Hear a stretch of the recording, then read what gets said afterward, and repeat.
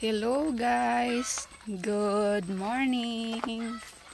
Yan.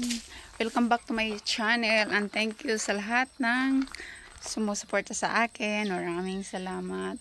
So there's a question ngayon. May Shak, paano mo ba nalaman na siya na yung foreigner na mapapangasawa mo?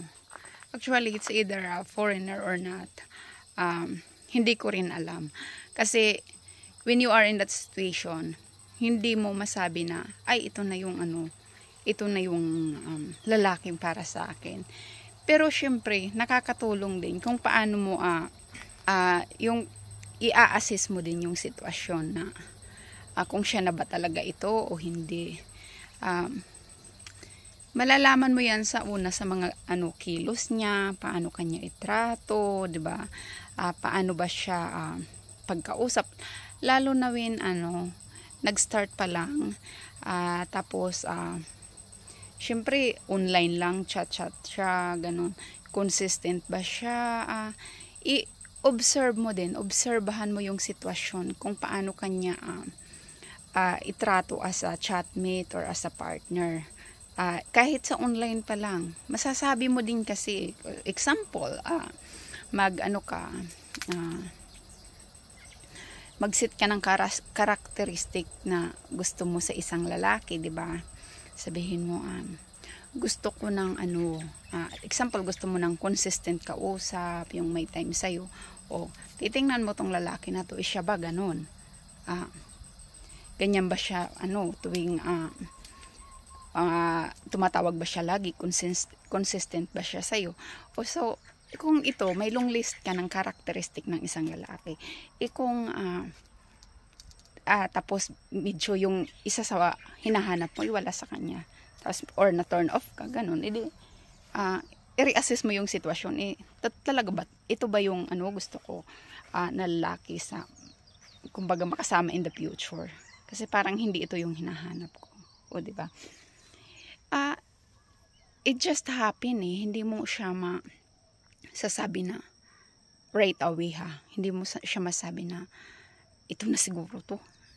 Parang ito na yung makakatuluyan ko. Kasi sometimes lalo na pag LDR may mga doubts ka rin. Masabi mo na ay baka yung parang akala ko lang yun siya na tapos hindi pala. Ganon. At saka guys, kailangan nyo rin talaga samahan ng dasal.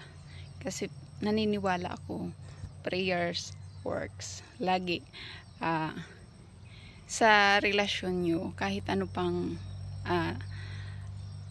yung gusto nyo na dapat ito na siya. Pero pag hindi pa siya yung nakalaan, hindi pa yung ibinibigay sa iyo ni God, something will happen na hindi talaga kayo magkakatuluyan. Talagang kumbaga laging may hadlang or may mga pagsubok kayong pagdadaanan na ay hanggang sa gumibap na lang kayo kasi hindi pa siya yung nakalaan para sa iyo.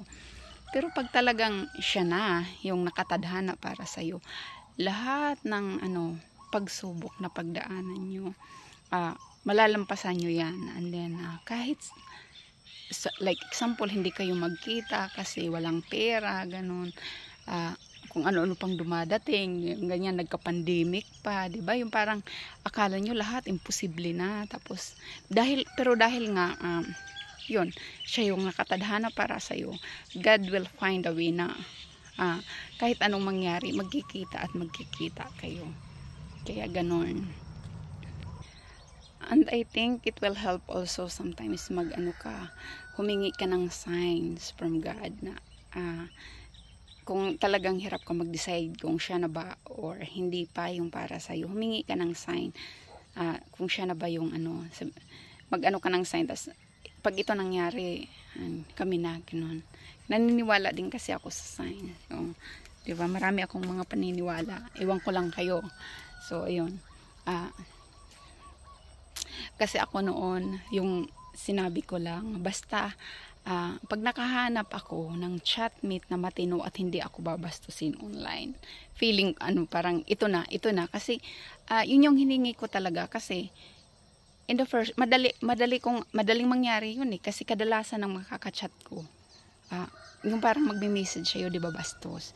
So sabi ko, pag hindi ako binastos ng lalaking to, siya na yung makakatuluyan ko. Talagang pinush ko yan. So simula pa lang, sabi ko sa kanya, ayaw ko ng bastos. Tapos sabi ko nung nag-isip ko, pag ako binastos nito at nakipag-escape ako, tapos binastos ako nito, parang i-block ko na siya kasi hindi pa siya yung lalaking para sa akin, which is nangyari nga na hindi niya ako binastos, kaya nagkatuluyan kami. Charot. So ayun guys, maraming salamat sa patuloy na pagnunood ng videos ko. Ayan, at any question, comments, paki-comment lang sa baba. Ayan, maraming salamat sa patuloy na pagsuporta sa akin. See you on the next one. Bye.